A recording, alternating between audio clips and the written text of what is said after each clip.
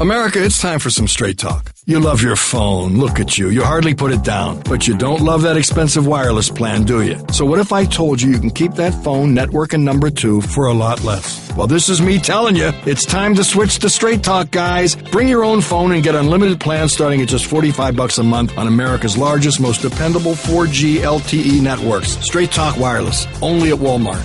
Savings may vary. Please refer always to the latest terms and conditions of service at straighttalk.com.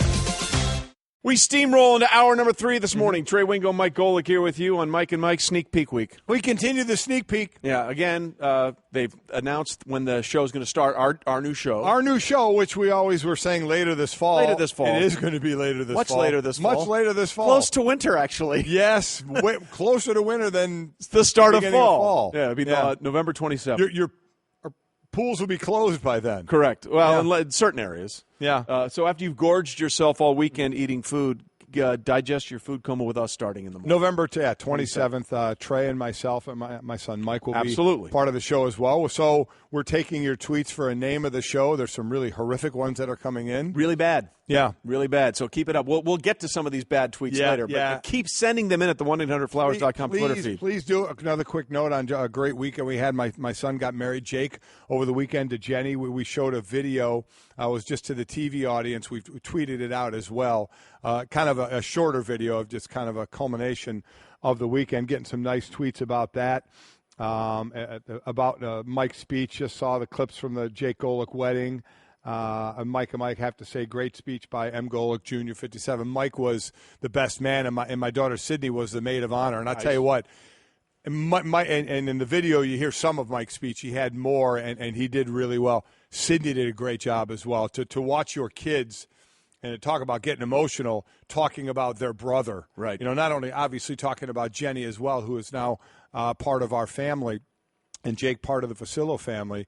But hearing, a brother and sister talk about their brother was definitely emotional, and they did a great job holding it together. And then I have to say, Anthony Facillo, Jenny's father, what a great job he did in talking about his daughter, Jake, and his daughter. But a father giving away his daughter. I mean, it was just fantastic. There was kind of a joke the night before. Was I going to say anything? As it turns out, the father of the groom doesn't have a lot of responsibilities. I was basically kind of an errand guy. Go do this, go fetch put gas that, in his car, go get some ice. Go get this, go get that. That's kind of what I did. And then there was a joke because I do a show and kind of talk for a living. You're going to give a speech, and my wife immediately said no. Wow. You're not getting in the microphone because God knows you'll go too long. So we were making a big joke of it. The guy, a guy who talks for a living can't even get a speech at his own son's wedding. So know your role. There was a lot of fun back and forth about that. Ultimately, they were like, if you want to say something, say something. There was no need for me to say a word. Good. In all honesty. Good for them. Tony, Jenny's father, Mike, and Sydney did an incredible job in what they did, and it was perfect. For me, it would have been overkill. I probably would have said too much. So it was those three. It was fantastic. So we'll get that video. We tweeted that out there, and it was just such a great time. And the amount of poison that is coming out of my body. That's why I said you were damp earlier. Just ridiculous. You're just a puddle of dampness over. We all worked so hard and ate so well and did so much work to look good at this wedding, and then over those 3 days just destroyed ourselves. I did get to sing my song karaoke Thursday night. Which was? It's Brandy by Looking Glass. Oh, there's a port in the Western Bay. There you go. About 100 chips a day. There you go. Yeah. Lonely sailors, they pass the time away and talk about their home. But there's a girl in that harbor talk town about it like that. I didn't. And she works like laying whiskey down. Sorry, I'll let it go. Are you done? Yeah, no, really? That's a very good one. Yeah, it's a very, very good one. I was grooving to Brandy. So all right, we continue All right. on ESPN Radio and ESPN2. We're presented by Progressive Insurance. And again, all phone guests join us on the Shell Pennzoil Performance Line. So we have a lot to get into. Yes, we do. We talked a lot about the Dave Gettleman firing and what's going on with Zeke and all that kind of stuff. But there is some big news in the NBA as well. The Houston Rockets are for sale. Mm-hmm. Leslie Alexander, who's now in his 80s, I believe, is looking to sell the team. And look, the value of that team has gone, and value of all teams in the NBA has gone through the roof after the latest television deal where they basically doubled their income. Could I tell you just how much? Yeah, go ahead. Leslie Alexander bought the team 1993. Yep. $85 million. That's a lot of money. What's it worth now? Let's see, $1.65 billion. Yeah. If only we had the $85 million at that time. That's the problem. To buy it. That's the problem. Having the initial investment. Yeah, that was the issue. How about that? I think we together scraped up like $78 million. We could have owned 0.00002%. Couldn't quite get it. He stands to make anywhere from 12 times his return on his investment to as much as 20 times, depending on how much it sells for. Wow. It's like the Cowboys when Jerry Jones bought him. It was a ridiculously low number, and now it's ungodly. But, so then, they just signed James Harden. They got Chris Paul. Things are looking up. This is what Adrian Wojnarowski had to say about maybe Carmelo joining them as well. Scott Perry took over as the Knicks GM. They had his press conference today, and Steve Mills, who's their president, what they've wanted to do here in the last few days is to hit the reset button on these Carmelo trade talks. They felt that Phil Jackson had cost them all their leverage to get anything back in a deal they wanted. Carmelo Anthony has made it clear to them, I want to go to Houston. I am not interested in talking to you about being reincorporated back into this New York roster. And so what they're trying to do, Steve Mills would not have ascended to this job in New York if he wasn't pretty politically savvy. He doesn't want to get into a public war here with Carmelo Anthony, who they spent over a year trying to run out of town. Right. Houston now is prepared for the fact that these talks, these negotiations with the Knicks could run through August, September, into possibly the start of training camp as New York tries to rebuild Melo's value and threaten people with the idea that they'll bring him back to start the season. I don't even know where to go with that anymore. It just needs to end. Yeah. I know you want to try and get the value you can for him. It's going to happen. It's just a matter of when. But, man, oh, man. The Knicks they're a mess. By By the way, you know what also is a mess? What's that? Me trying to say his last name. I'm just going to go with Woj from now on. Do that. Just call him Woj. War. Sup, Woj? Jin. War-owski. Warjanowski. Warjanowski. Or Woj. There you go. Go with Woj. Let's go with Woj. I'm with you. I'm Team Woj. It seems to be a lot less work. Yeah, I agree with that. I almost called him Ron Jaworski. One syllable as opposed to four. Four. Yeah. Good job. Thank you. There you go. I'm good at simple math. So we'll see what happens there. Speaking of hot messes, another one joins us now. Stugotz, are you there? Yes, Trey. How are you? Thanks for that. Thanks for that great introduction. I appreciate it. We just want to make sure you were there. It worked. Yeah. I'm just saying it all seemed to work very well. All right. Yes, you woke me up. Congrats. Yes, that's a very good job by you. Stu, now help us out here. You have a beef apparently about you and the 30 for 30 on Mike and the Mad Dog.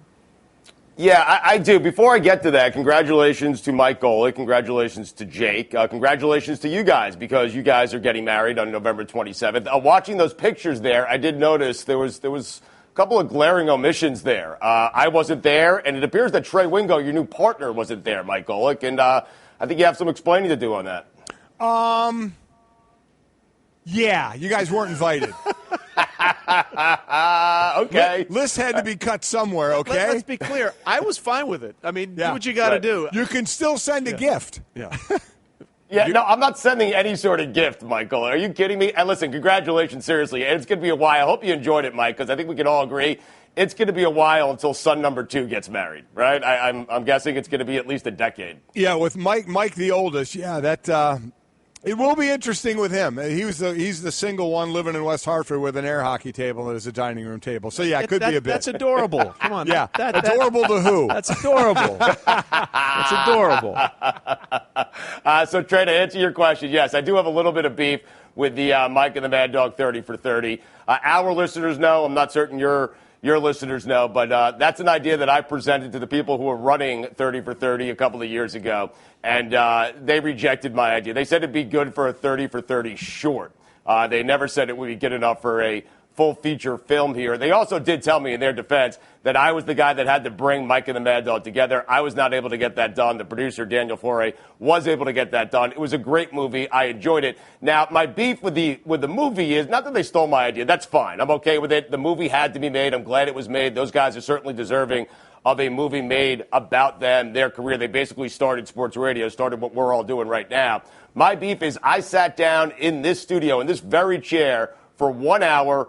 I purchased a new shirt. I love that show. That's the reason I got into sports radio. I poured my heart and my soul. I gave them an hour of material. I cried. I gave them great stories, told them how much that show means to me. And all they took from that 1 hour interview, me in my brand new shirt that I returned the next day, that's a heady play by me, all they gave me from that 1 hour interview was this. They're talking sports, going at it as hard as they can.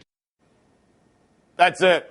That's all I got. Yeah, two things. Yeah, you got a couple, I got a couple. One, in that picture, you had a decent amount of hair. Yeah. And number two. What happened there? Let's start with that one. With the hair? Yeah. Well, he keeps losing bets and has to get his head shaved. That's what happens there. I know the answer to that one. And number two, you said you sat with an hour and you cried. Did you really cry, or are you just making that up? No, I really did. There was a point there because that show means so much to me. I could identify the place going back to when I was 15 or 16 years old. I got in my dad's car after lacrosse practice. We were driving home. He had Mike and the Mad Dog on. I said, "What is this? This sounds awesome. It sounds like us. It sounds like me. It sounded like me and my brother at the dinner table talking about sports." And my dad said, "It's Mike and the Mad Dog." And I said, "Are they getting paid to do this?" And he said, "Yeah, they're probably getting paid a lot to do this." And right then and there, in the car, on the way home from lacrosse practice, I decided that I wanted to do this for a living. And it was a very emotional story that I told. And I did. I teared up a little bit while telling that story. And again, all they gave me was me singing their jingle. Well, I think that speaks volumes to where they thought what this meant to you meant to them. Yeah. That would seem to be the thing we're picking up here, right? Yes, Trey. That is great analysis of the situation there, Trey. That is well done. Great breakdown by you, man. The other thing that I'm having a problem with is this idea that this was your idea. Because I believe that they put you on a lie detector, and that proved to be untrue, correct?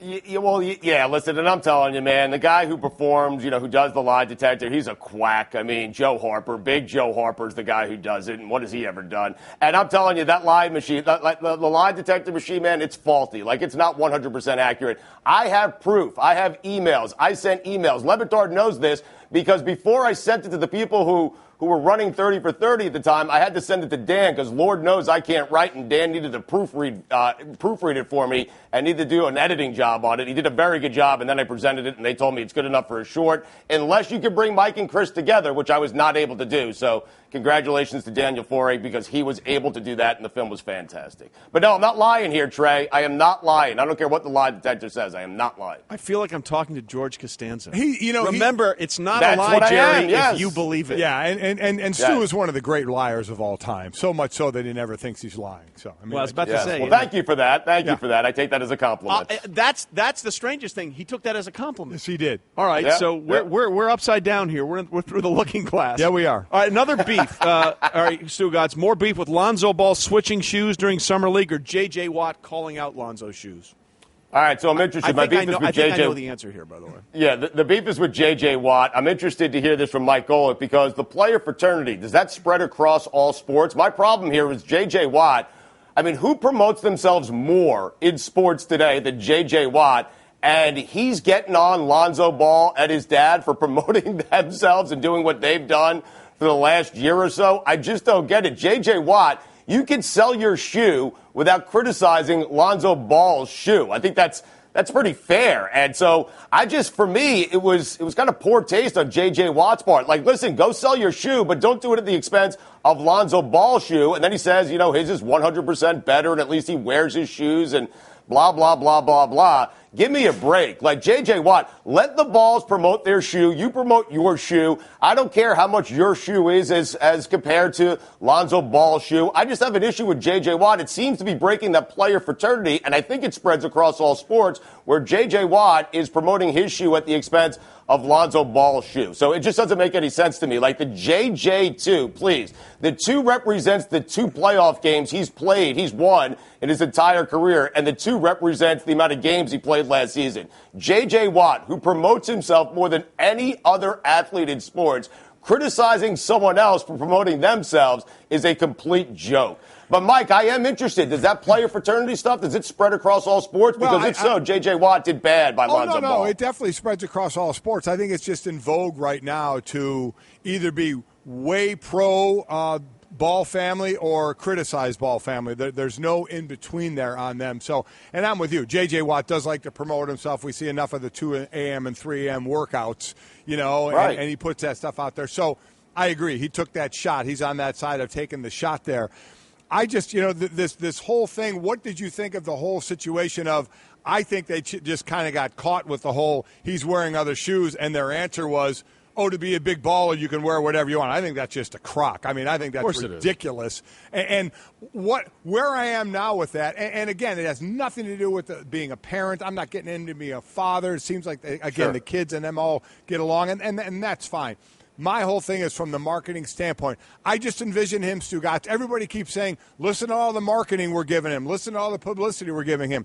It only works if you turn it into something. All I hear right now is when LeVar Ball speaks, I just envision him talking in front of the Shark Tank and Mr. Wonderful saying, yeah, but show me the money. You've gotten nothing. You sold a few pair of shoes. You've done nothing. No company is going to buy your big baller brand. You can try as hard as you want. Your kid's not making any money on any shoes right now. So all the marketing in the world hasn't gotten you a thing right now, except maybe, the Facebook reality show. We'll see what it turns into.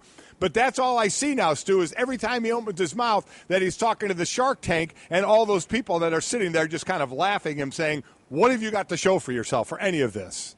Right, but Mike, it hasn't played out yet, right? Like, it hasn't played out. We said all along, I've been on your side kind of all along with this stuff. I love Lonzo Ball's dad. I love everything that he's done because he's great for us. He's great for entertainment. He's great for sports radio. He's great for what we do. But the story hasn't played out yet. Mike, what we said all along was, listen, it doesn't matter what he says. It's going to matter if Lonzo Ball turns out to be a good player. And now I know it was Summer League, but, man, he looks like he's going to be a great player. And I actually like the strategy of wearing a different set of shoes every single game. I actually think it's pretty smart. What's the strategy? What's the strategy? How is that promoting his brand? I don't get the strategy. Explain it to me.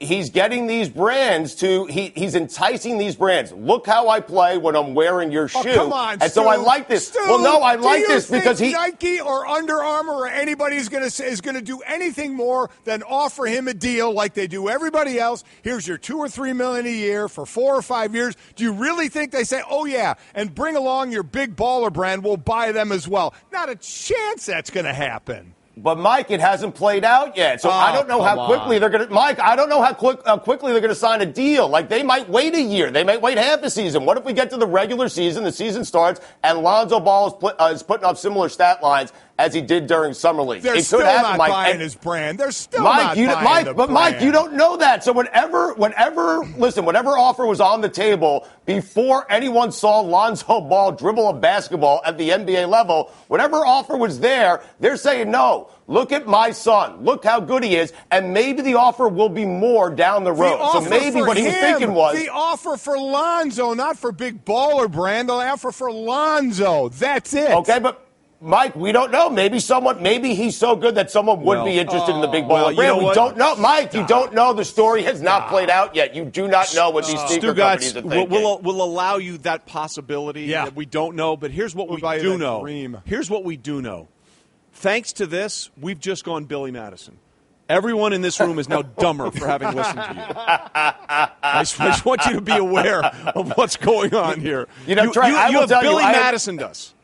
I have a thank you, and that's again another compliment. I appreciate that, Trey. I tell you, I have said a number of dumb things over the years on our show, and Le Batard has mocked them, and then they've turned out to be true. They've turned out to be right. So, can we at least wait to see how this story plays out? Yes, because we can. what if he? That's fair. What if he somehow gets an offer that's greater than the offer he had before Lonzo Ball ever played in the NBA? But what if that happens? You mean if Lonzo gets a better offer? Yeah, if Lonzo gets a better offer, then we'll be calling Lonzo and the dad a genius. No, we're talking about the baller brand, right? Yeah, I'm talking about if Lonzo gets a better offer, that's great. Okay, but LeVar's all about the baller brand. That's not going to sell to a company.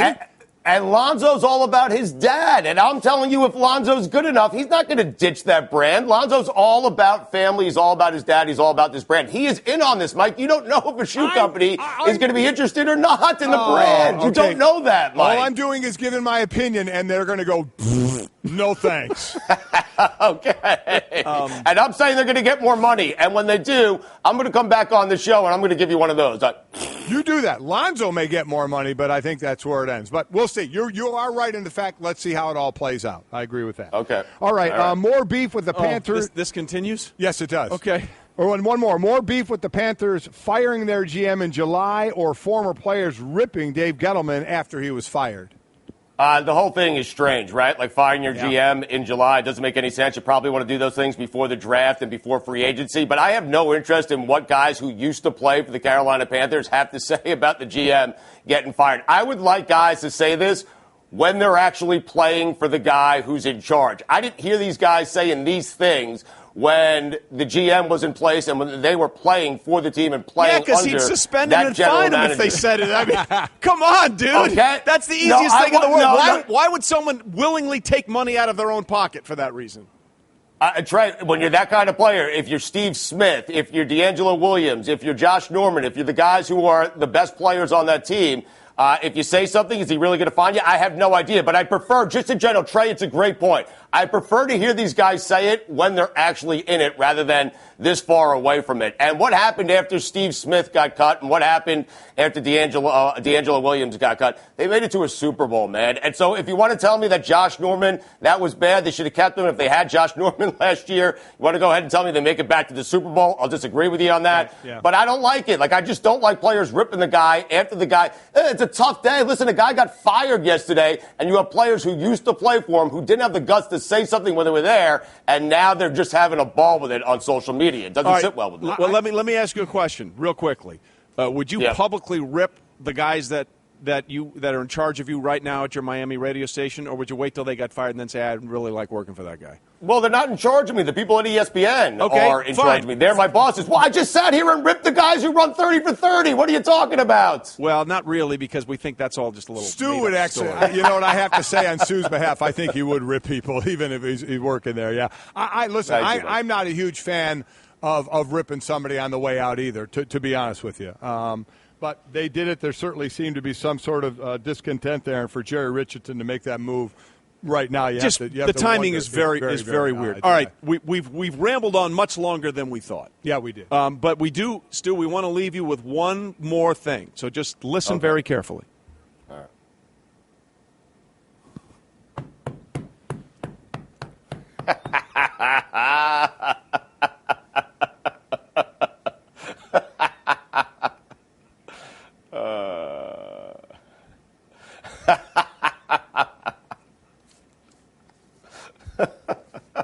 Thanks for joining us. We'll see you next time. Thanks for all the compliments. Shower me with compliments anytime, fellas. I appreciate it. Stugotz coming up later on, playing the part of Billy Madison on Mike and Mike this morning. Appreciate you, Stu. We'll listen to you on the next show. It'll be fun. Good times were had by everyone. Hold on. All right, got to clear my head now. Oh, my gosh. Home isn't just a place. It's a feeling. Whether you're at home, your business, or online, ADT helps keep you safe. With security systems, home automation, alarms, and surveillance. So you can feel at home, wherever you are. Go to ADT.com to get that feeling. ADT. Home. Safe home. Guys don't really talk about antiperspirant. Despite that, 91% of Dove Men Plus Care users recommend it. Here's what they said. It blocks the, perspiration, I think is the fancy word. It's comfortable. It smells nice. My girl likes the smell. Well, it's hard. I think it's quite masculine. My underarms aren't the worst thing at the gym. It's kind of like the Hoover Dam from my armpits, I guess. Dove Men Plus Care Antiperspirant. Tough on sweat, not on skin. All right, before we get into all the football stuff. Yes. Damien posted a little something on Instagram and Twitter the other day.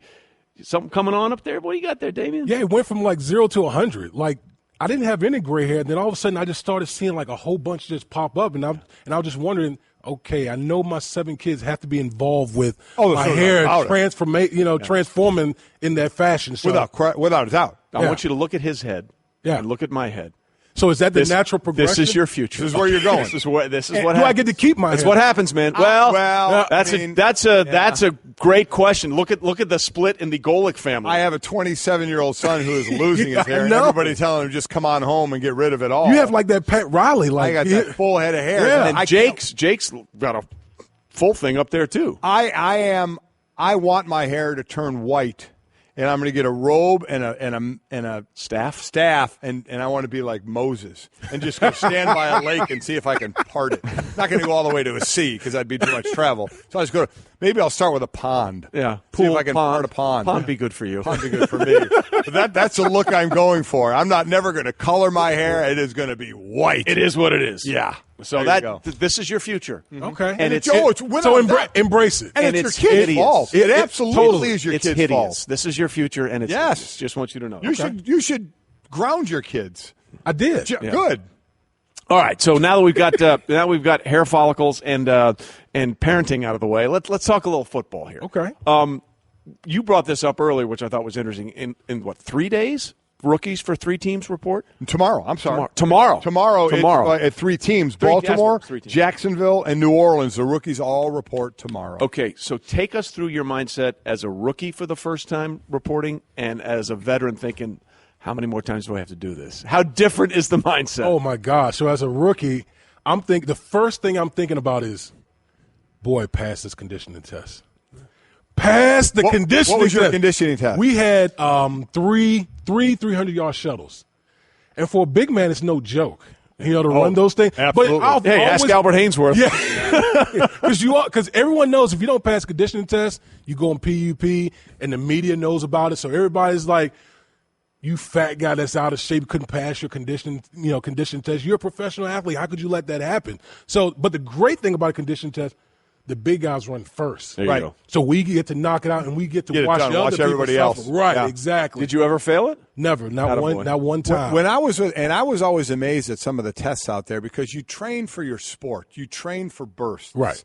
So I thought the tests that were like 110s were a little more applicable to the game of football. Right. Than when I was with the Houston Oilers, my rookie or the couple of years I was there, the test was a 12 and a half minute run. I mean, where you just ran. And how far you got in the run. You had to get X amount of, in that run. How far? Like 12 minutes. I mean, how far did you have to go? It would be over a mile. Yeah. Luckily, Bruce Matthews was unbelievable. Or you'd have. Well, he was a backup. He was your emergency quarterback. He was unbelievable. But it was a distance run. When I got to Philly, there would be like the suicide sideline to sideline and back. But then an 880. Wow. 2 laps around the track. You want to see big guys straighten up. You know how that big guy gets tired? All of a sudden you're running straight. And your back starts locking up. The piano's on your back, and you've locked up. It's just a horrific thought process. But an 880 for a football player, what is that all about? It's ridiculous. Now, as a veteran, you're just like, you didn't want to have training camp away. I wanted to be at home so I can get into my own bed. Right. I was fortunate to play a couple years where I had training camp at home where I could actually be at home. That's the ideal thing. So I didn't care. That would explain 7 kids. That would explain. That would probably explain. That would absolutely explain 7 kids. So as you got up there in years, you always found mysterious injuries that would come about to kind of offset mitigate those days in training camp. That vet move. Yeah, I think Stink did that for 12 years. Yeah, I think he did too. Except he actually did have an operation. But his thing was actually 29 surgery. Yeah. Separate issue entirely. Okay, so now that's out of the way. We've been talking a lot about the Gettleman firing and some other stuff in the Ezekiel Elliott issues in Dallas, but I do want to get your thoughts on this. Michael Vick said that Colin Kaepernick could help his job hunt by cutting his hair. Quote, first thing we've got to get Colin to do is cut his hair. Listen, I'm not up here trying to be politically correct. Even if he put cornrows in there, I don't think he should represent himself in that way in terms of just a hairstyle. Just go clean cut. Why not? You're already dealing with a lot of controversy surrounding this issue. So do we think a haircut's going to change Colin Kaepernick's employment status? Listen, I love my guy Mike Vick, but I think that's the most absurd thing that I've ever heard. That if for some reason that Colin Kaepernick just goes with a clean cut, that everything will be forgiven, Mike. Everything will be just forgotten about. Colin Kaepernick will be signed, to a team right away. No. It's ridiculous. Now in Michael Vick's case, it's a different story. He was coming off the whole dogfighting thing, so that was an image thing that he had to deal with. So I can understand him cutting his cornrows and going clean shaves because he's trying to project the image after what had happened. Coming out of jail. Yeah. Exactly. But for Colin Kaepernick, a guy who's, protesting social injustice, that the remedy is, why don't you cut your hair? I was amazed when I heard that. I mean, everybody in the world, and that's what you do when you do a talk show, is you give your opinion, and everyone's giving advice to Colin on whatever he thinks he needs to talk, say something, talk about how you want to play or do this or do that. I mean, the guy's given, you may not have liked what he's done, but he's given a ton of money and donated so many things right now. And this is where we're going. Cut your hair. Yeah. I mean, of all the things that you could bring to a conversation, cut your hair. Yeah, I was stunned to hear that as well. I mean, what difference is that? You said it best. They're both dealing with an image. An image issue. One of them was because he committed a felony and went to jail. The other one has an image issue apparently because he used a constitutional right. And the amazing thing is, the guy that committed the felony got a job again. Yeah, and the guy that everybody's mad at for kneeling down can't get a job. He just exercised a constitutional right. Yeah, and he has an image issue, and he can't get a job. Whatever. Mind blown. Whatever. Okay, so that situation. I'm sure Mike was trying to put it in the best possible way, but it just don't make sense to me. No, it didn't make sense to me. That one kind of fell flat to me. I don't get it. But there's something else that we want to get you, and you're staying with us for the next segment too. So we'll start it here and we can finish it.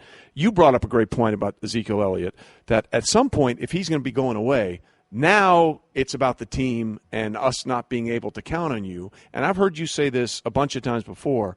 Hey, do whatever you got to do, but when you start messing with my ability to do what I have to do and feed and provide for my family, then it becomes a much bigger deal. Absolutely, because we all know that football is the ultimate team sport. You're only good as the parts around you. We talk about quarterbacks and how the greatness of Aaron Rodgers, Tom Brady, but if you don't have the pieces around you, it's going to bring you down. So if you look at the Dallas Cowboys, the identity of the Cowboys is running the football. Think about the areas of the team that it helps. It helps Dak Prescott, young quarterback that's trying to develop in this league. It helps a defense that's, that doesn't have a lot of star power in their front seven. It helps protect that defense. So now you take a crucial piece out of that team, that organization. If I'm an offensive lineman, I'm like, dude, You're messing with everybody's, messing with everybody's money, everybody's rate. Because listen, at the end of the day, we play to win, but we also play to get paid. And you would hope, because I agree. We both obviously love team sports, and there's nothing like, playing for the guy next to you, playing for the guy on the other side of the ball, playing for your teammate, not wanting to be that guy, who did bad on that play, so you don't let everybody down. I couldn't imagine that something stupid that I did off the field, and now I'm sitting there with a chance to help the team, and I can't. I gotta look my teammates in the eye. You would hope that would ring, if it does happen for him, that he does have to miss games, that it would do something, that there would be some shame, is that the word I'm looking for? Some disappointment in yourself. Awakening of what's necessary. That you're costing your teammates. They're out there busting their humping for this game, for one game, or for two games. You can't do a damn thing about it, and it's your own fault. Mike, think about this. Think about when guys are injured and you're isolated. You feel like isolated. You're completely isolated from the team. So imagine if it's your own doing. Yeah. Where you committed an action, get suspended, and you can't help your team. So your teammates looking at you like, you're killing us right now. If that doesn't have an effect, then that guy's got to exactly. He has something bigger. There's a bigger issue. Right. You're exactly right. We'll get into that a lot more because you're going to stay with us. Plus, we'll get your take on Kirk Cousins and what's going on with Washington and the timing of the Panthers firing their GM Dave Gettleman. Okay, Kevin, for the grand prize of $1 million, what color is the White House? I know this. 5 seconds. Oh, switching to Geico could save you a bunch of money on car insurance? Okay. Judges? That's true, Kevin. They'll allow it. Congratulations. You're a winner. Woo! Geico, because saving 15% or more on car insurance is always a great answer. It's good to be on Sneak Peek Week. Mm-hmm. Trey Wingo, Mike Golic. Big week. Big week. Big fall. Later in the fall, November 27th. The whole shebang gets rolling. Yeah, big thing. We'll see you for real in a few months. Yeah, exactly. Until week then, what? We muddle through. I don't know, whatever it is. It'll be great. Damien Woody is here. He's always great. Now, I have to ask you this before we go any farther. You put out a tweet that I thought was going to explode on Sunday night. because Sunday night, Golic and I, huge Game of Thrones fans, and you put out there, because everyone was talking about it, it's been over a year since we'd seen an episode, and you said, hey, should I watch the episode having never really watched the show? And I was like, dude, no, you can't. This is not a show you can dive into. No. So did you end up watching it or not? I didn't. Okay, smart. I felt like the whole universe was against me. Yeah. I felt like someone was going to come out of the woodworks and physically assault me if I tried to I'd like to see them try. I'd like to see them try. You need to watch from the beginning and watch the first few episodes, see if you like it. Now, my thing is, where you go. It's just really, it's grown so much. Oh, it's huge. Like it's like a phenomenon. It's fantastic, and it's really caught me. It got to the point where I'm like, okay, I really wasn't pressed to watch it, but it's grown so much. Okay, I have to invest. You feel like you're on the outside looking in on this thing. I feel like I'm not the cool kid if I'm not watching it. So. Well, you'll almost, it's almost impossible for you to like it now because the buildup has been, because like you said, it's this thing. Just watch the first episode. And if the first episode you're not thinking, the hell did I just see? that is probably not the show for you. But I think you'll like it. I know you pretty well. I think you'll like that. All right, now I have another question for you. Do you like what's going on with all these former Panthers, D'Angelo Williams, Steve Smith, and Josh Norman, all just giving it to Dave Gettleman, but like the day after he got fired? They are not holding back. I love it. Mike, you know how many times the players are in a position where you're able to kind of poke the other side. It's rare it's rare that players are ever in this position where they can kind of snicker and have a little fun when the roles have been reversed. You look at all the players that we're talking about, D'Angelo Williams and Josh Norman, right? Steve Smith, Jordan Gross. All these guys have had, have rough outings with Dave Gettleman. So to see something like this happen right before training camp, have a little fun. I think the player have a little fun with it. And I get it, and having the fun, but the side from the business side of it. How bad can this be for a team? I mean, to do with the timing of this. Now, it's not going to affect the players. No. They're going to go to camp and do their thing. This is more from obviously the business and management side of it. But things had to get pretty bad to it be close to a last straw and then something for Jerry Richardson. Again, Gettleman angered a lot of players. Jerry Richardson, the only former player as an owner. Right. So you wonder if, as the former player in him, was coming out here a little bit.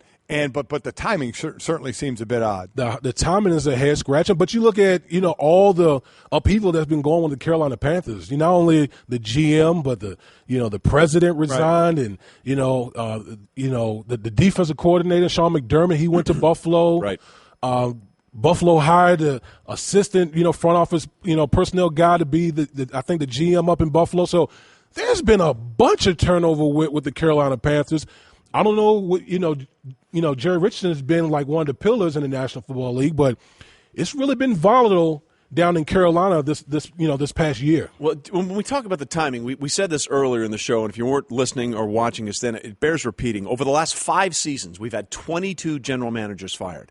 Of those 22, only 4 were let go after March. All of them this year. Yeah. All of them. So, over 5 years, only 4 after March, and they're all after March of 2017. That's what makes it so bizarre. It does seem like a lot of this, though, is based on the Josh Norman thing because, they let D'Angelo go, they let Steve Smith go, and they were still winning. And they still made it to a Super Bowl, right. But the Josh Norman thing, they went from 11th in pass defense with him to 22nd or 29th, I believe, last year. But here's the great researcher, Paul Hembo, who we make fun of all the time because we can, came up with this one, which is great. In their Super Bowl season, the Panthers ranked first in the NFL in pass defense outside the numbers. They only allowed about 1,500 yards. They let Josh Norman walk. They ranked dead last in over 20. And listen, Gettleman was a guy who built from the front back. Correct. Right. He wanted the hog balls. He wanted the Damien Woodies. He didn't think as much of the DBs enough to rescind the franchise tag and let Norman go. That may have put Jerry Richardson on notice and said, "Oh, okay, that may not be working." Absolutely. Well, it's just weird because they had a bad year last year, but they'd had a really incredible run during his 4 years. And again, the timing of it just seems weird. Go watch some Game of Thrones. Game of Thrones. Season 1. Start from the beginning. You're doing First Take today, too. I'll start my binge after First Take today. All right, do that. I want an update. Okay. I want an update. All right. When we return, a young star thinks his sport is boring. The sport he actually plays as a professional. As a professional. He thinks it's boring. We'll talk about that. The City Double Cash Card presents tips for cheering on your kids. Number 9, be supportive. Hey, son! Stay focused on everything I'm shouting! You heard your father! Encouraging words filled with pressure! Go get him! We love you, buddy! There it is! Wouldn't it be great if everyone said what they meant?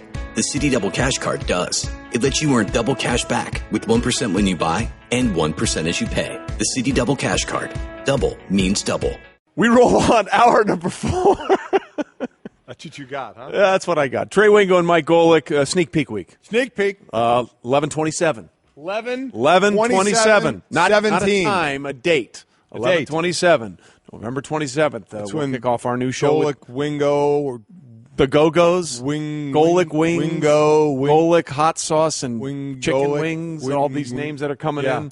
We'll have a name for the show. Yeah, now that we have a date for the show, yeah, we'll have a name for the show. We can stop saying later this fall. It'll be. We were hoping to say very soon, but no. It's Not all so right. much. It's going to be when it's going to be. There you go. And we'll be happy to do it. It will be happy times for everybody. Happy times. We just want to get a name for the show. We'll figure that out. Yeah, we continue our number 4. Wow. Yes, we do. That seemed to go fast. It did. I don't know if it's the fact that I'm still, getting toxins out of my body or what it is, but I felt really bad yesterday when we came home. The level of dampness on that side of the set. Again, my son Jake got married over the weekend, so I have been in South Bend since last Wednesday. My wife was in Arizona before that and then came to South Bend. So we've been – and you work so hard to get ready, and everybody's done that. Everybody has some occasion that you're working for to look good for. You want to look good in your suit, your dress, whatever it is, and you want to feel good about yourself. And we all did, and everybody I thought looked pretty good. But then you get to the point where you're getting – you just wreck all that work. And you destroy yourself. Yeah.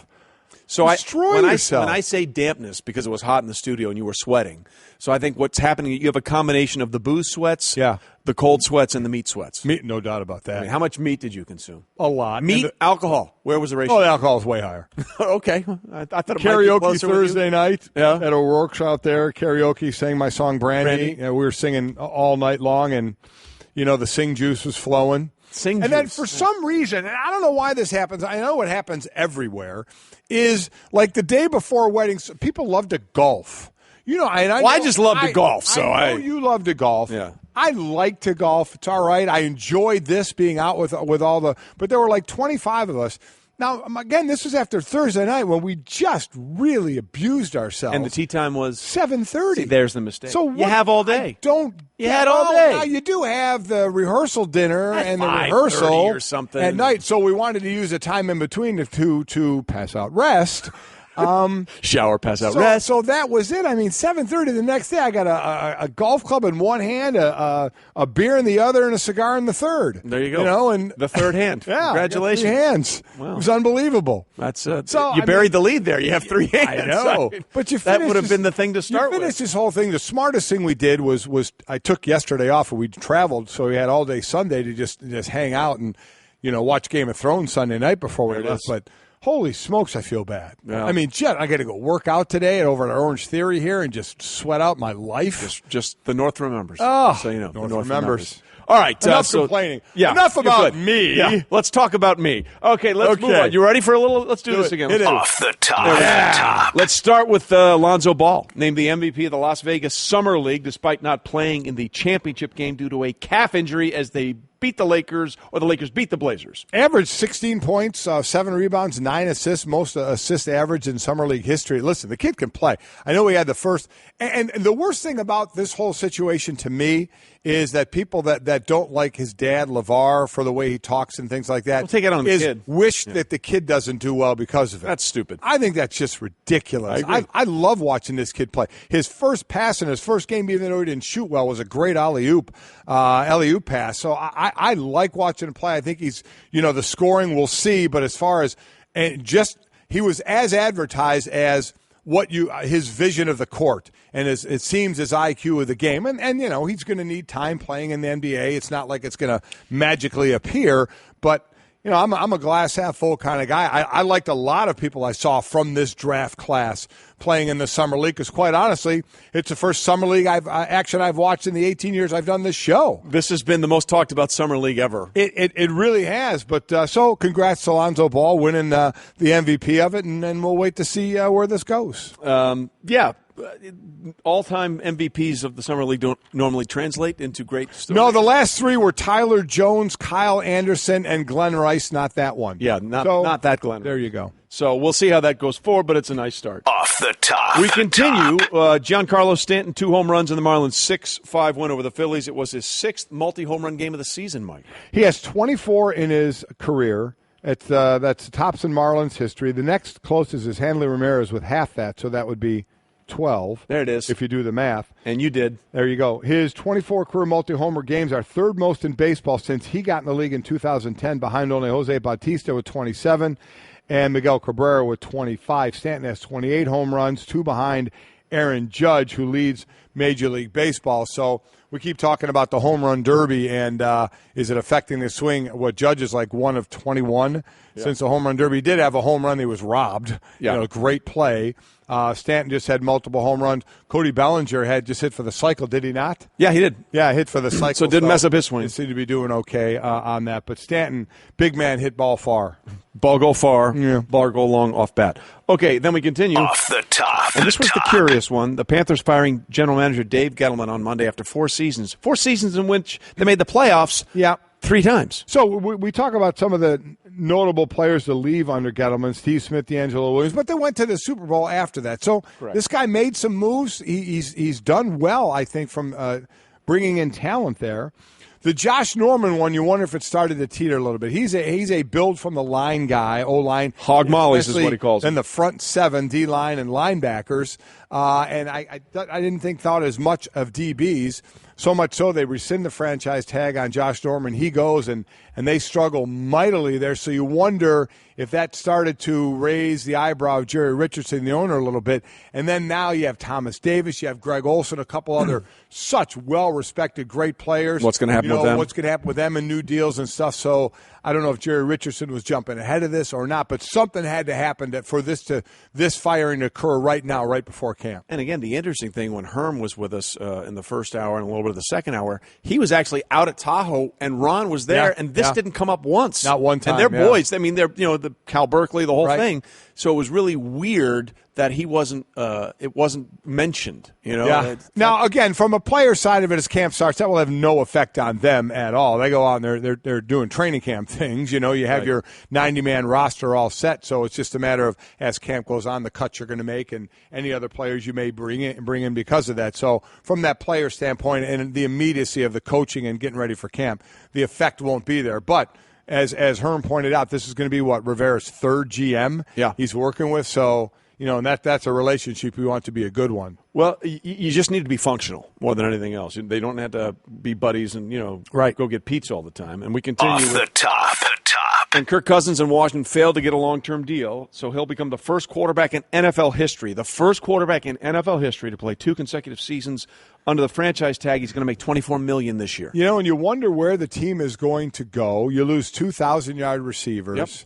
You lose your offensive coordinator. He's now the head coach of the Rams. You have a really good tight end, but unfortunately Jordan Reed is injured a whole lot. So his last years, he's averaged over 4,500 yards, 68% completion, 27 touchdowns, 11 interceptions. Who's not taking that? Correct. So there's a whole lot of head scratching as to why they didn't get a deal done. Washington's trying to put out there that they had this massive offer to him that had been the highest guaranteed money of any quarterback. But when you dig down in the weeds of it, it was basically 2 years guaranteed and 4 years not. It was like an Andy Dalton deal, basically. Exactly. Yeah. So he's going to get his $24 million this year and then going to be a free agent next year because they're not going to franchise tag him. It would be $34 million. The transition tag would be $28 million. So this guy's going to get a free agent deal. Think about it. He'll have made $44 or $45 million in the last 2 years. If he signs a deal after that and just gets $55 million of that guaranteed, that would mean he'd have $100 million guaranteed over the last few years. Would be just amazing how he's pulled this thing off and worked it. Yeah, look, he has the control that every player wants now because essentially he turned down a deal that was going to pay him essentially what, those 2 years he's going to make anyway. Right, exactly. And then he gets the control. Right. He has the control, which is what every player wants. He's going to get over $100 million probably in guaranteed money the way this thing is going and the way the cap is raising every year because the revenues continue to go up in the NFL. All right, that was Off the Top, presented by Progressive Insurance. Customers who switch to Progressive save an average of $500. Call or click today to find out if we could save you hundreds on your car insurance. And that's another seamless way of telling us that we're presented on ESPN Radio and ESPN2 by Progressive Insurance, and all phone guests appear on the Shell Pennzoil Performance line. So we'll get back into Kirk Cousins a little bit because there's so much to get into there, but there was this little article that I stumbled across that I thought was interesting.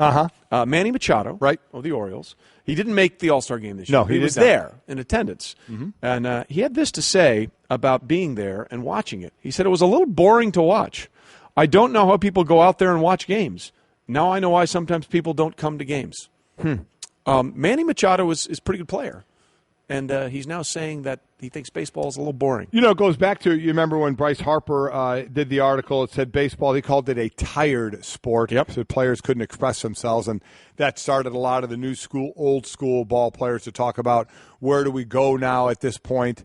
Didn't he wear the Make Baseball Fun Again hat? Yeah. You know, do you let players get a little demonstrative now, or do you not? And now Machado's saying that the game is boring. And listen, baseball, they've been trying to, Rob Manfred, who we've had on, has been discussing that. And pace of play, and what can speed up the game and such, and things like that, or the pace of the game.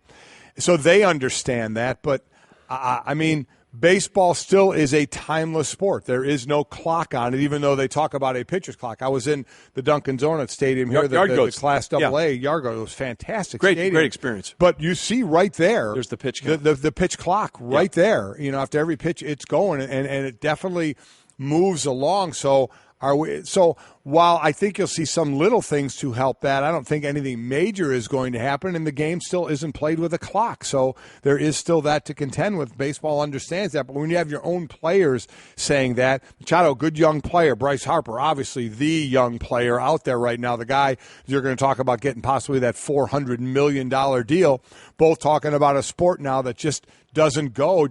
So whenever we talk baseball, we go to our resident baseball expert in Hembo because he played college baseball. His head is exploding at this country. That's Cedarville. Cedarville. Not boring. Not boring in Ohio. So you have an issue with both these guys here? Well, I think Machado would find baseball a lot less boring if he just got on base a bit more often. Then he'd be able to make the All-Star game, you know? Wow. So you're throwing – okay, how about this? Bryce Harper, Hembo. Hembo is the ultimate baseball defender. And I grew up watching lots of baseball, but your viewing habits change.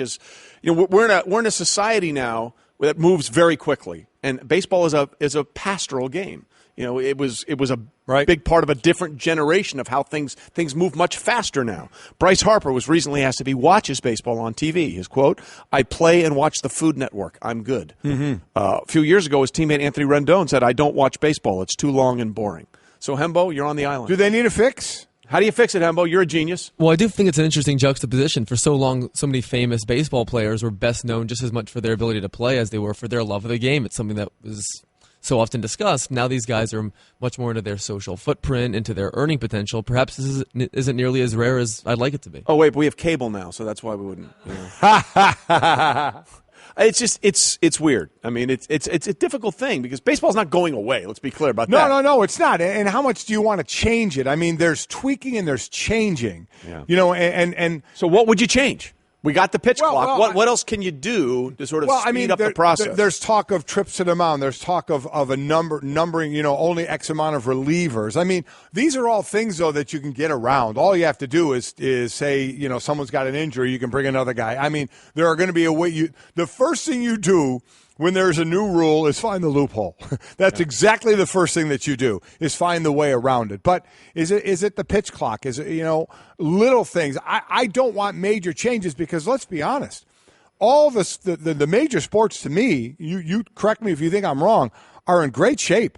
Money-wise, they're in great shape. You know, viewership, I think that I know in baseball, they'd love to get to a younger viewer. I think that's an issue for them. It's like 57 years old, the average TV viewer. I think they'd really like to drop that down. So, I'm not sure where that's going to go. Maybe it is going to be let the players have a little more fun, you know, out there. What's Aaron Judge doing for the game? This young kid coming in, this monster that you would normally see a guy that size catching the ball as a tight end or being a 4, in basketball, playing a power guy in the paint, but you see him on a baseball field. So there's such a great group of young players in baseball right now. I really think all 4 majors, baseball, basketball, football, and hockey, I think to me are really in good places right now, and I do enjoy watching them all. So I'm hesitant to sit there and say we need to change this or change that. You want to tweak something here and there, okay, but other than that, game's been around a long time. Doesn't mean you can't tweak some things, but let's relax on saying, oh, my God, this is awful right now. We need to redo everything. No, look, this past year, baseball gave us one of the great things we've seen in a long time, the Cubs winning the World Series for the first time in 108 years.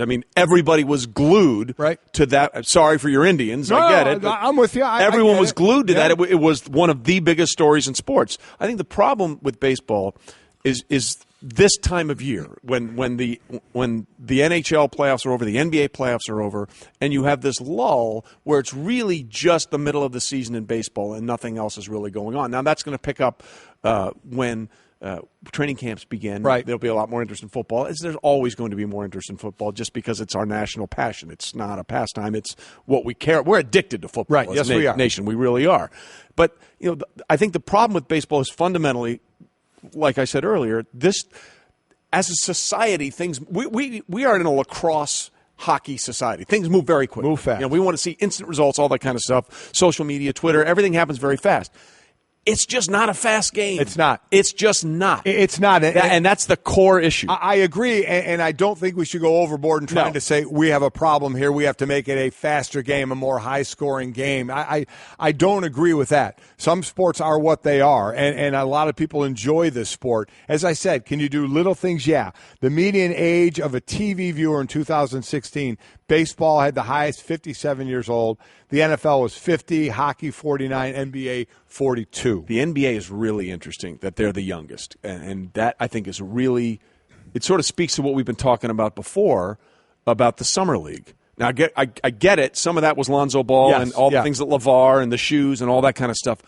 But did you ever care at all about the Summer League before Not at all. This year? But when that first game was coming on, I watched. And it did sellouts. Yeah. It did huge – relatively good numbers. So the question is, next year, television-wise, you're not going to have the LeVar Ball situation, and I don't know if you're going to have. I don't know what the draft looks like next year, but this was an excellent draft. Yes, this went somewhat deep, this draft. So what will it be next year? Will the Summer League go back into hiding? Like it had been.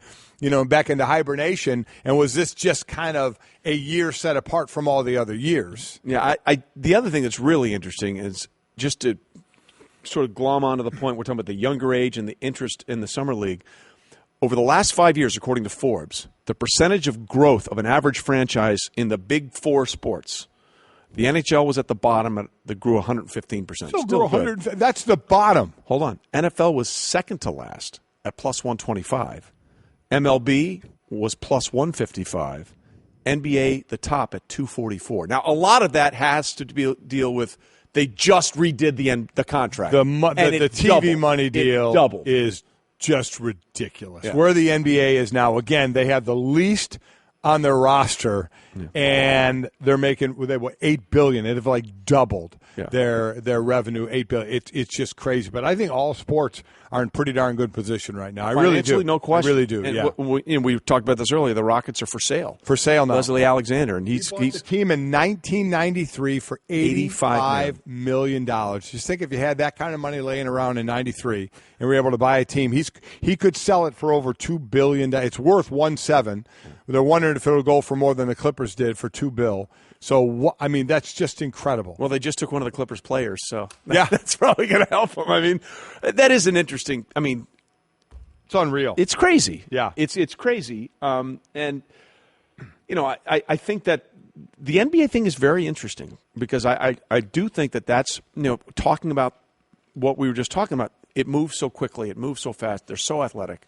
I think that there's – if you're pushing your chips into the table, like all in, I think you'd have to think the NBA is where you really want to start looking. I think it is for how fast it moves, the money they're generating, the money the players can make, all players. I mean, if you break down the haves and have-nots in all of the sports, I think you're going to find in basketball, again, because the revenue is so high and the roster is so low, and the amount of money they have to pay to the players is 51% of that pie, is they're all making pretty good money. They're going to have the highest average because of the size of the roster and what they're bringing in, but it's just not completely top-heavy, or the bottom rung is smaller than the rest of the sports in what guys are making. It's just it's crazy, but I don't begrudge them a thing, and I know the football players have complained about that, and we got a long time before that's going to come to fruition with because I know Richard Sherman was out there saying the players need to be able to, need to strike and need to hold out. Way easier said than done. I've been part of a strike, and it's just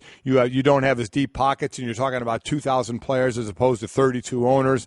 The deck is really stacked against players trying to have any kind of a prolonged 3-year career. I mean, it's just what Richard Sherman is saying is correct. But it just, unfortunately, would be very, very, very, very difficult to happen, especially when you have guys like Richard Sherman who are making a lot of money comparative to their sport, and a lot of other guys who aren't making a lot of money, and you're asking them to not get a paycheck. Yeah, look, it's the only way it's going to happen. By the way, there's a no strike clause in the current CBA, so there's nothing that could happen until after the 2020 season. But stuff continues to happen to Ezekiel Elliott, and we talked about this earlier, and you can read the whole story on ESPN.com, but he's appealing a misdemeanor conviction for speeding, and that was moved to a court on Monday as the Cowboys running back tries to contend a citation where he was driving over 100 miles or at 100 miles an hour on a Dallas tollway on April 4th in the afternoon.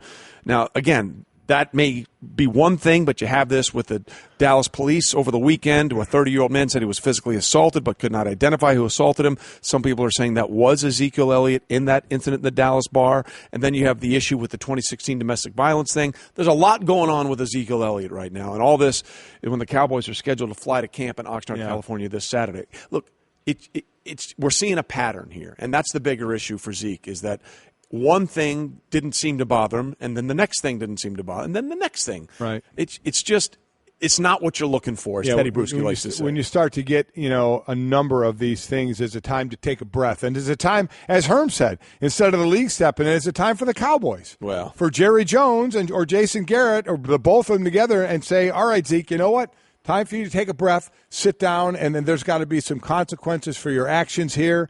And then have, hopefully, if they did do that would have some kind of an impact for the fact that he would be letting down his teammates. Yeah, we'll see. It's just weird because Dak and Zeke, they're boys, they do stuff together, but the way they comport themselves, the way they carry themselves, one feels like he's 17 and one feels like he's 35. Exactly. It's just a different dynamic, and we'll see how that plays out going forward as the NFL continues to investigate this thing. It's been going on forever.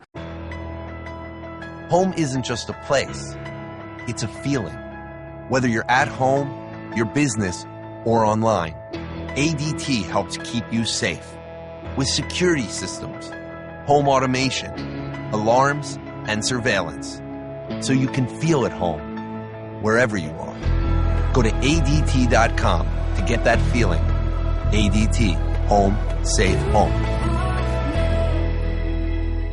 Well, Greeny, we're halfway through another baseball season, and we're really seeing some players who stand out as winners. Kind of like business travelers who win at business by staying at La Quinta Inns and Suites. That's because you can put your La Quinta Returns loyalty points to work on the spot with instant free nights. Just drive up with no reservation and instantly redeem points for a free night that same night simply by using the La Quinta app. It's like hitting a grand slam. With an app instead of a bat. Well played. Prepare to win at business by learning more about instant free nights and check out the summer rates at LQ.com.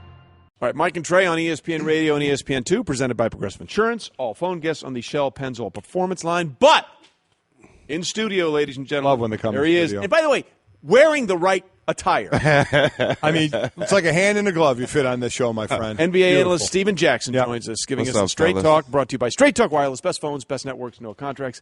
Seriously, we're all about the cash. Right. We should actually make it illegal to wear a coat and tie. And Steven is in here. He just got some sweats, T-shirt, hat. Nike sweatsuit I had. Gina told me I had to dress down. I didn't have to dress wear a suit until later on the day. For those listening on the radio, we got sweatpants, sweatshirt, T-shirt, hat. That's the way it's supposed to be. The way Garland it's supposed comes to here be. like a male model. He did. He's burning his hand baking a pancake. Feel free to leave the tie and jacket over to the side before you come on. This is my type of show. Yeah, we're pretty soon. The idea is to fill the set with like food bits. That's it. Like little like crumbs of food. I'm going to start wearing shorts and no shirt. How about that? We're going to get vermin. We want vermin in the studio. We're just going to be so the opposite of how this normally works. You think I could do a whole show with my shirt off? I'm planning on it. I think it would be disgusting. I think you could. Though. It'd be revolting. Now, I'm not going to, but I want you to. I want you to. All right, so we'll get to how disgusting we can make the studio later. Some basketball to talk about. Disgusting. What's going on with the Knicks, man? They've been disgusting for a while now. It's how much of a mess has this become? It's become a mess to the point where I know the fans are just upset. You know, you kill your best player, you embarrass him in the media. He does the right thing takes the high road. He doesn't stoop to field level. You know, he tries to do it by the right way. Then you end up offending your future star, you know, KP. So Phil just did everything wrong when he was there. He worried about himself too much. And then now you're in a situation where you don't know what direction your team's going. So let's talk from a player's standpoint on the court. Like in my sport, and I think maybe in sports in general, when it gets down to games, how much do other players think about this? Because I know at the end of it, I'm just trying to do my job. Right. When it gets down to it, I want to do my job to make sure I have a job. I know it's different certainly for stars who know they're going to be there. So how about the other players on that team in basketball when you see just kind of the storm going on around your team, how it can or does it affect you? Well, it does affect you. And if you're a free agent, it definitely affects you how the team does, because if you do well, you get a better contract. But when you're in a situation where you have your star players not happy, it affects everybody, because you need those guys to be successful. And everybody wants to get paid. Everybody wants to play well.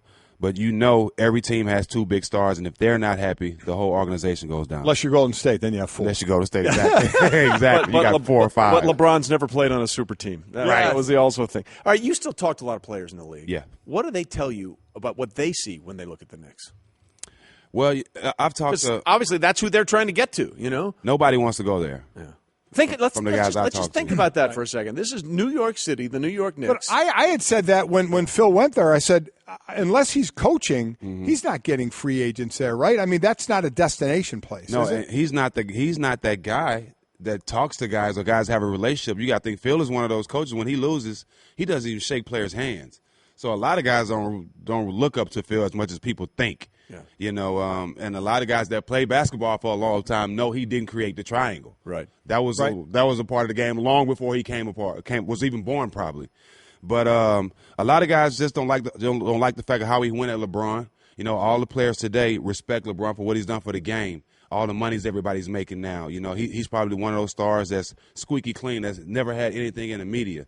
So everything Chris Paul and LeBron has done as far as being over the Player Association, it's been for the players.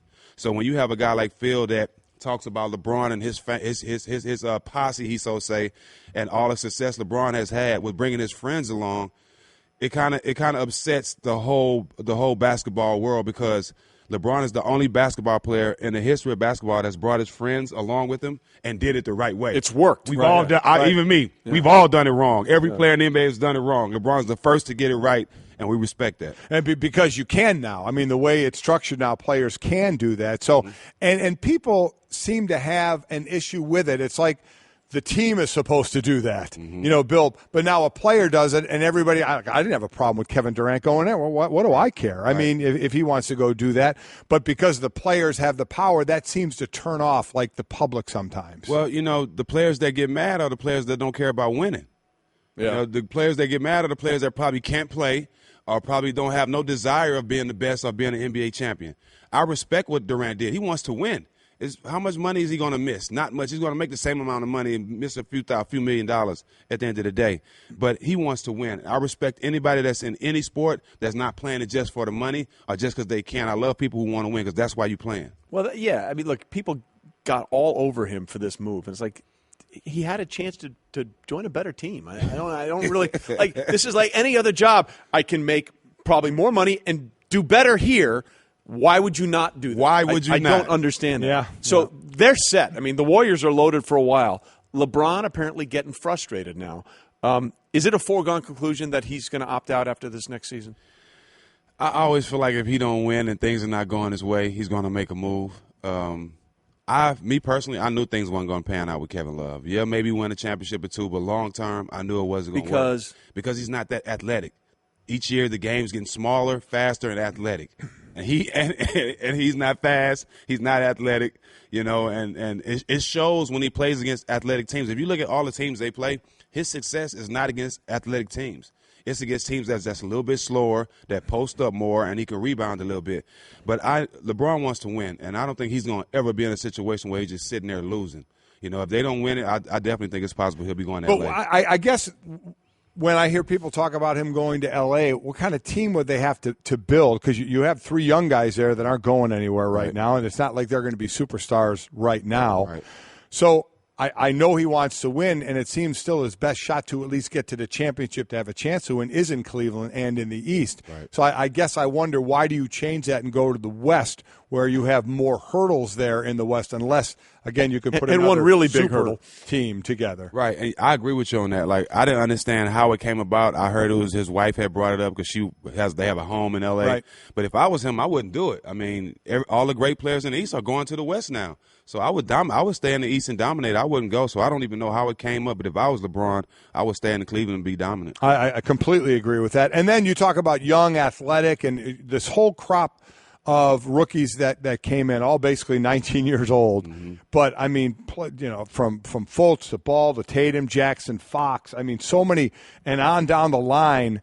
So what is the expectation in the NBA when these 19-year-olds come into the league with all the fanfare they're coming into? Alonzo a little different with the dad. Forgetting that, let's just stick to basketball.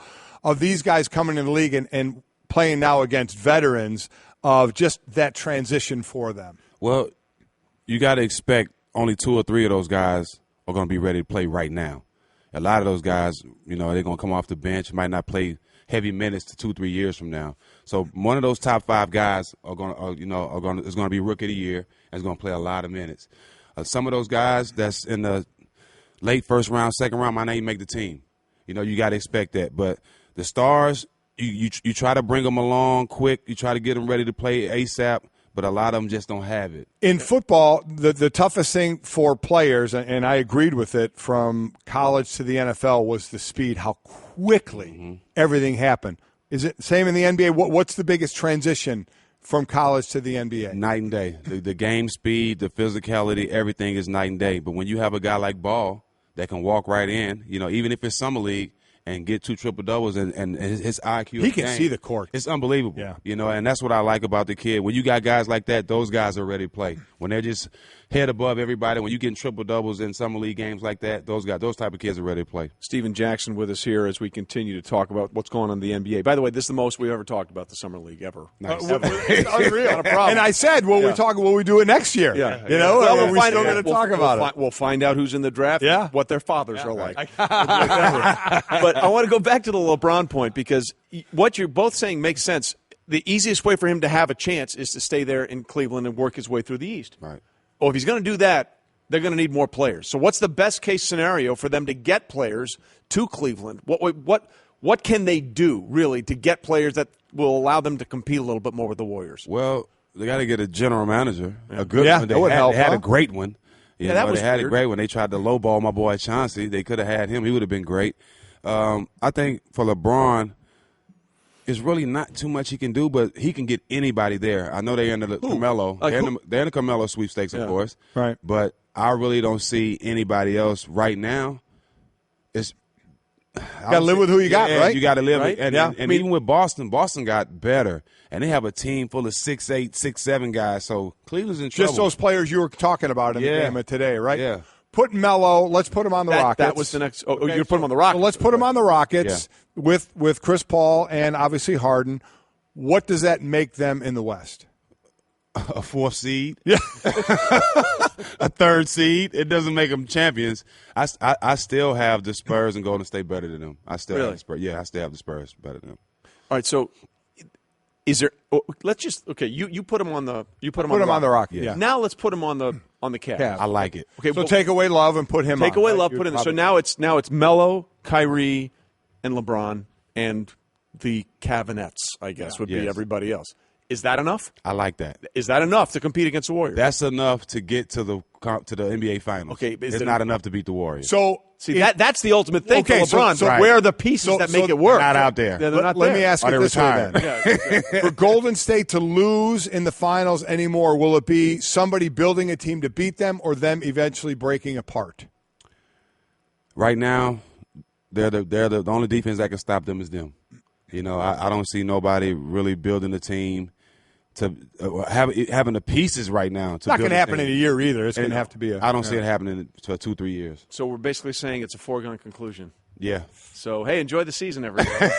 But you know what? Everyone did. It was attendance records last year. Same thing. Exactly right. We expected it. We expected them to be in the championship. July 4th, we knew what the finals were after the Hamptons meetings.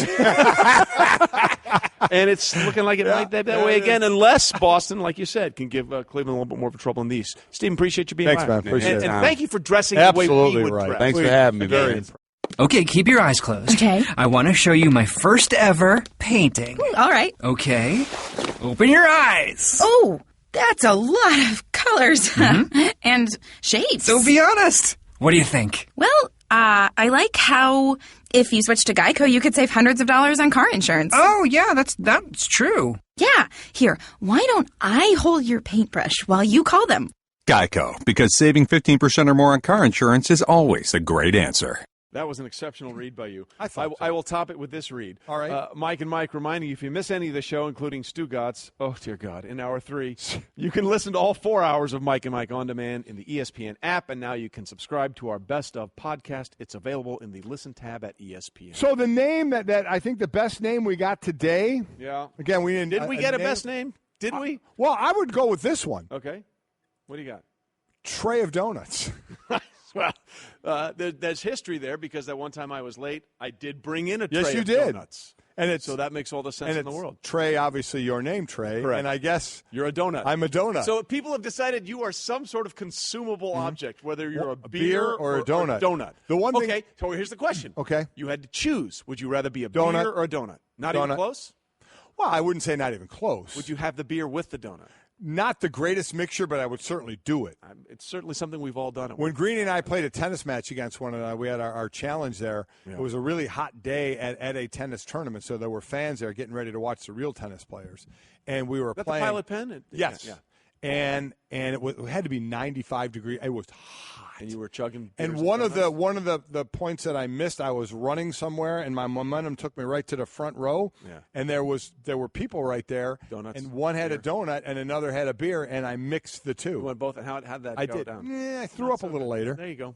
But that was for the running, not so much what I ate. Contributing to the overall dampness on your side of the studio. Again with the dampness. Okay, so again, this is all sneak peek week because our show is going to debut November 27th. November 27th. Which is after week 12 of the NFL Is that what it season. is? Yep. We're there for the final quadrant. Well, that's what we wanted to see. We wanted the season to get seasoned. Correct. Before we jumped into it. Because absolutely. Doing at the beginning of the season. Anybody can do that. Anybody can start at the beginning. We want to slide in for that final 25%. Exactly. When it really has meaning. By the way. We're being sarcastic. Hembo, our great researcher, who loved the baseball boring bit we did, has come up with some great facts of things that have happened on November 27th. November 27th. Great things in history that have happened on November 27th. Yep. Would you like to start? No, you go ahead. 1870. This is all on November 27th. Baseball was declared the national game by the New York Times. There it is. Mm-hmm. How about 1895? The Nobel Prize established by Swedish chemist Alfred Nobel. What an ego. Named it after himself. What is he going to do? 1910. Penn Station opened as the world's largest railway terminal. Not bad. 1924. First Macy's Thanksgiving Day Parade was held. And by the way, nothing happened between 1924 and 2017. 2017, the debut of Golic and Wingo Morning Show. Whatever the name is going to be. It's going to be some sort of thing that we'll call How about that? Because I think we are a parade just like a long railway that will blow up in your face, and we're not boring. That's it. We pull it all together. Sneak peek week. See you.